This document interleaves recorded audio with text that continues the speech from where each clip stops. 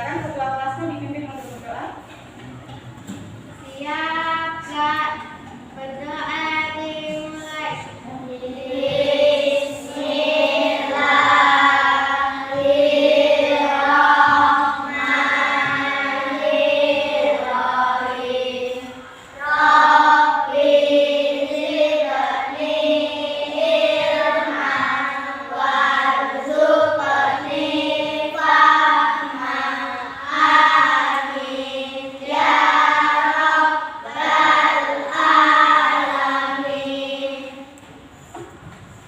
Oke, terima kasih. Untuk hari ini berangkat semua ya anak-anak ya. Alhamdulillah semua bisa mengikuti pelajaran seperti biasa dengan keadaan sehat walafiat. Baik, sebelum memulai pembelajaran, di sini Ibu akan mengulas kembali materi yang telah lalu, yaitu tanda-tanda balik bagi seorang yang lalu. Yang lalu kita belajar tentang tanda-tanda balik bagi seorang laki-laki. Ada berapa tanda-tanda balik bagi orang laki-laki kemarin? Dua, yaitu hilang atau mimpi basah dan menggunakan usianya menjadi 15 tahun Hijriah. Jadi kalau sudah 15 tahun, walaupun dia belum basah, 15 tahun dia sudah dikatakan sebagai seorang yang sudah balik. Nah, sebelum memulai pembelajaran, di sini Ibu mau bagikan soal pretest untuk menguji kemampuan kalian. Nanti silakan kalian kerjakan. Ibu bagiin soalnya ya.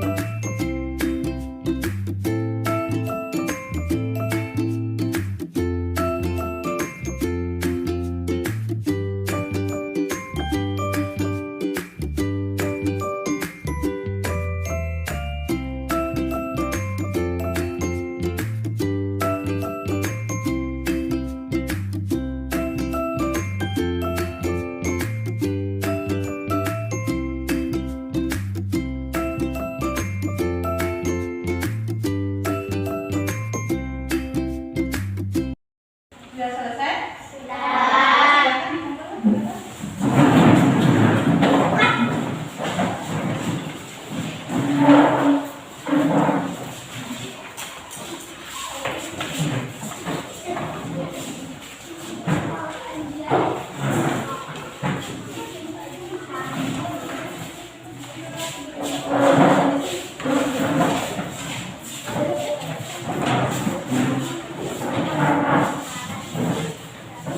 Silakan duduk kembali yang rapi.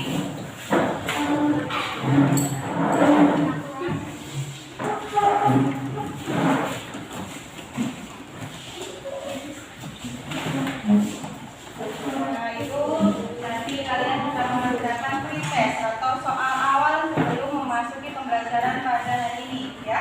Pada hari ini kemarin Ibu sudah mengatakan kita akan belajar tentang tanda-tanda balik bagi seorang perempuan. Kita ketahui dulu apa tujuan pembelajarannya. Tujuan pembelajaran yang pertama di situ peserta didik itu mampu menjelaskan pengertian haid dan waktu terjadinya haid dengan benar.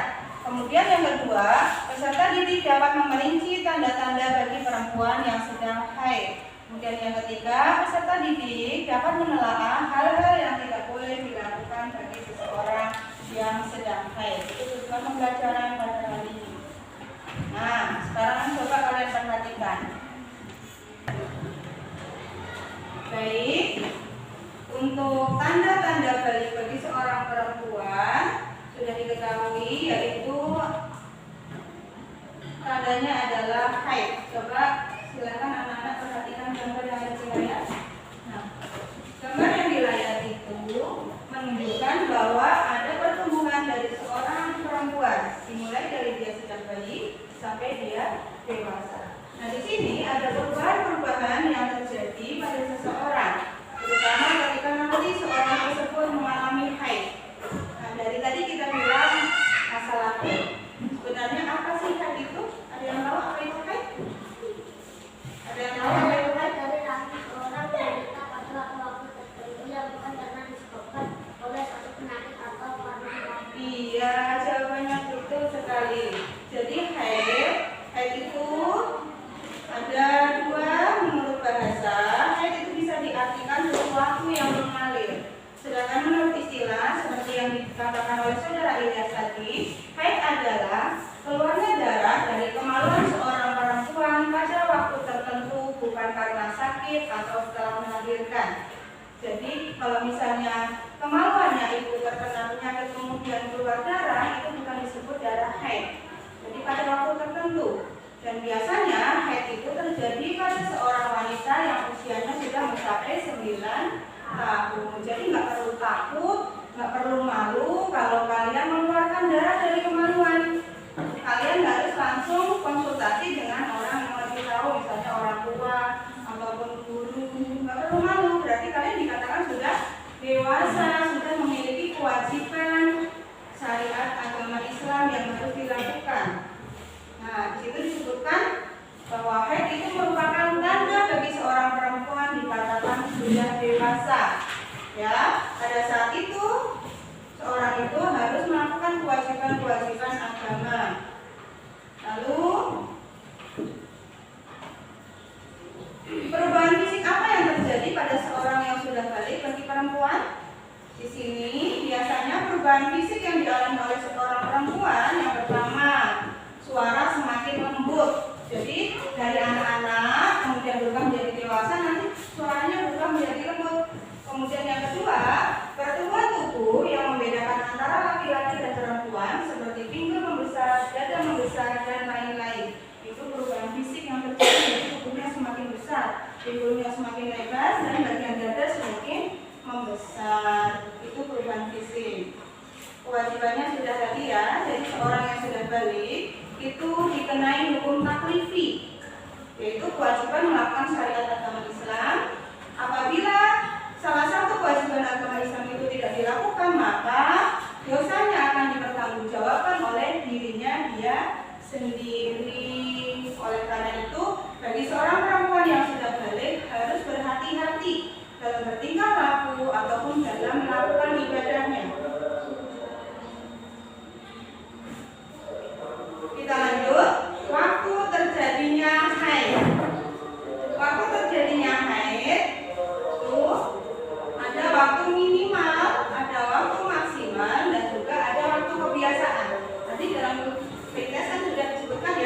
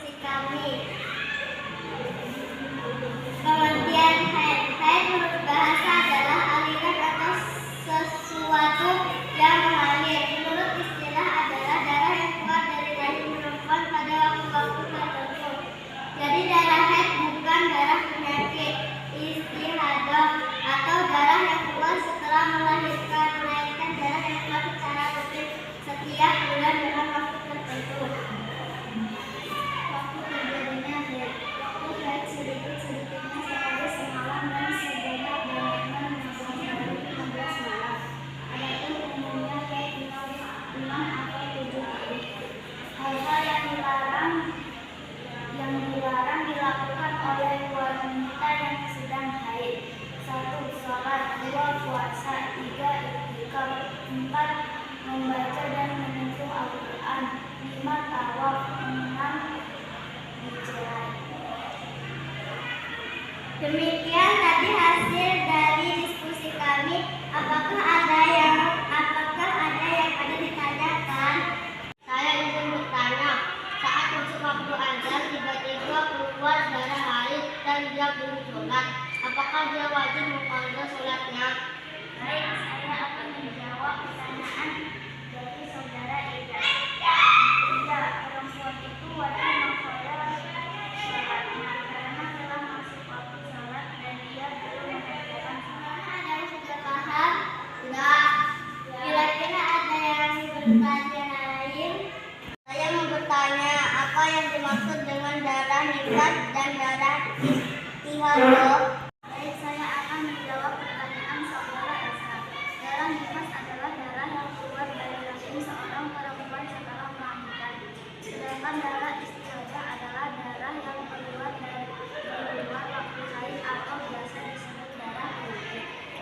Demikian tadi hasil dari diskusi kami. Saya akhiri, wabillahi taufiq wal hidayah. Wassalamualaikum warahmatullahi wabarakatuh. Baik, jadi kesimpulannya dari pembelajaran kali ini adalah, ayo kita simpulkan bersama-sama. Jadi apabila seorang di antara kalian sudah mencapai 9 tahun dan mengalami haid, maka seorang tersebut sudah dikatakan balik. Kesimpulan yang kedua, sehingga dia sudah dikenai hukum taklifi, yaitu harus mengerjakan amalan fardu sesuai dengan syariat agama Islam. Kesimpulan selanjutnya yaitu apabila tidak melakukan kegiatan syariat agama Islam itu tadi, maka dosa besar akan ditanggung pada dirinya sendiri. Jadi paham ya? Ketika sudah haid, yang perempuan harus berhati-hati ya, jangan malu dan jangan segan untuk bertanya kepada orang yang lebih tahu ya. Kiranya apabila kalian belum paham, nanti kalian silahkan buka buku kembali, pelajaran fikih dibaca kembali di rumah ya. Apabila tidak ada yang ditanyakan, kita sudahi. Sebelumnya, untuk pembelajaran yang selanjutnya kita akan membahas mengenai mandi wajib setelah haid atau ikhtilam ya. Kiranya itu saja. Ibu akhiri, wabillahi taufiq wal hidayah. Wassalamualaikum